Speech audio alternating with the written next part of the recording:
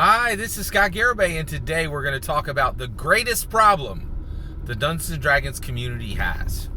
Alright, so there's a lot of talk today about, what is the greatest problem that the Dungeons & Dragons community has. There's a lot of contenders, right? So, one, the Dungeons & Dragons community struggle to get a woke Dungeons & Dragons. Not everybody's on board. Even as we get books that are constructed to be woke, they come out the other end with fundamental questions on whether they actually push the game forward in inclusion or actually push the game back in inclusion, right? We just had an official Dungeons & Dragons book where if you bought it, it's not sure if you helped make, it's not clear at all if you helped make Dungeons & Dragons less woke or more woke, right? It's a fundamental problem, right? Highly debated right now, right? So representation overall is a big thing is a big issue, a big problem that the Dungeons & Dragons community has, right? There are the other one is the Dungeons & Dragons hate. It's a huge problem in the community. Tabletop role-playing game enthusiasts who cannot wait to tell you they don't play Dungeons & Dragons, that they've outgrown the game. They never liked the game. There are better games, right? So, it's just a huge problem. There's a whole long list of problems that the Dungeons & Dragons community has. But I'm going to tell you today what the Dungeons & Dragons community's greatest problem is. By far. Here it is. Dungeons & Dragons community's greatest problem is that its premier product, right? The entire product that the entire community is centered around, Dungeons & Dragons, is in last place, okay? So Dungeons & Dragons is measured as a game, okay? And Dungeons & Dragons is the king, right? And the queen of the Dungeons & Dragons, of the tabletop role-playing game community, the industry. It is the top dog. This is not a debatable subject. Dungeons & Dragons, there's no tabletop role-playing game in the world that has accomplished even half of what Dungeons & Dragons has accomplished, right? Every indie game you play, even a mainstream tabletop role-playing game that is not Dungeons & Dragons is just the mere shadow of what Dungeons & Dragons is from a cultural perspective, from a historical perspective, probably from a play percentage, all these kind of things. It's just so far ahead, right? So when we say Dungeons & Dragons is in the last place, it's when it's measured against other games. So what other games would it be measured against? Entire industries. Dungeons & Dragons is behind dozens of board games, okay? And the board game industry is probably 10 times larger than at least 10 times larger than the tabletop role-playing game industry, right?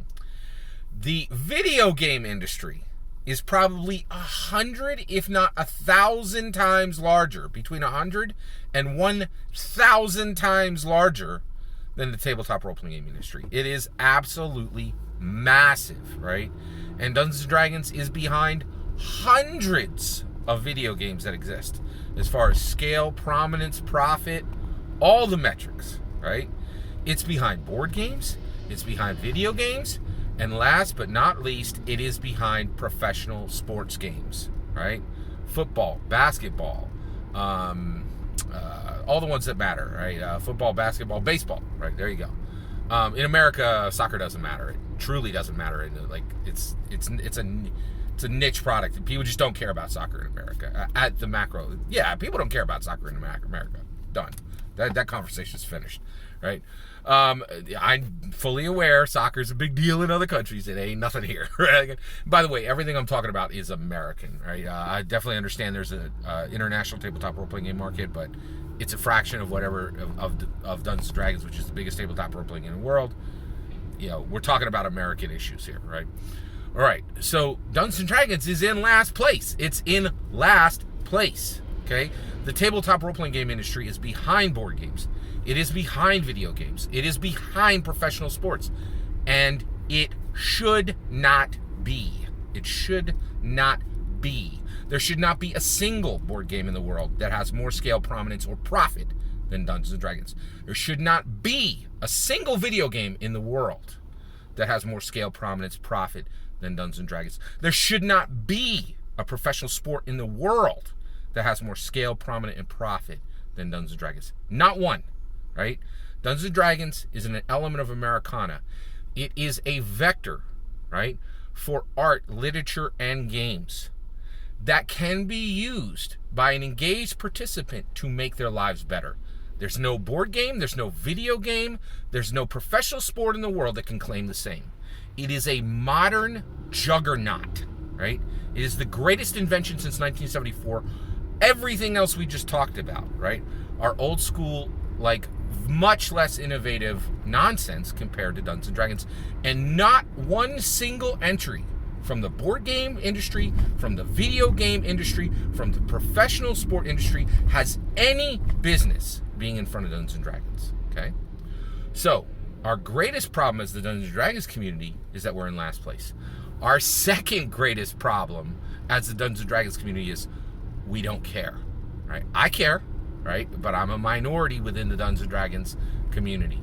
Many, if not most, Dungeons & Dragons dungeon masters and players are very comfortable in last place. There's a great movie about Boston Red Sox fans. I think it starred Jimmy Fallon and had Drew Barrymore in it, right?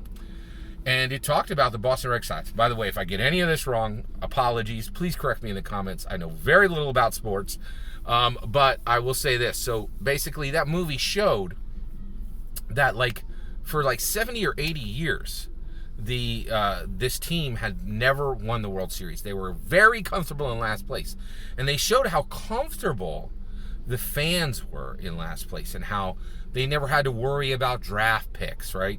They got all the benefits of being a contender, of being a actual real baseball team. They had a stadium, they got the hot dogs, they got the games, right? You know, season tickets, they got all the benefits, but they really didn't have to compete.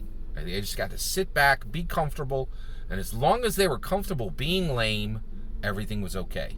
That's where the Dungeons & Dragons community is today, right? We are comfortable being lame. We are comfortable being last, and it has to change. It has to change.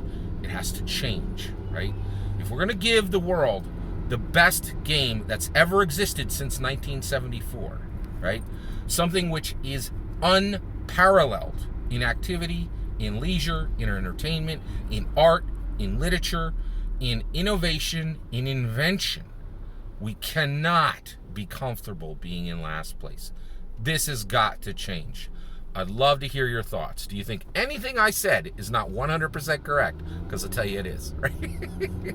As far as my opinion goes. All that's my opinion. What do you think? I'd love to hear your thoughts in the comments below. Please consider liking and subscribing, and have a wonderful millennium.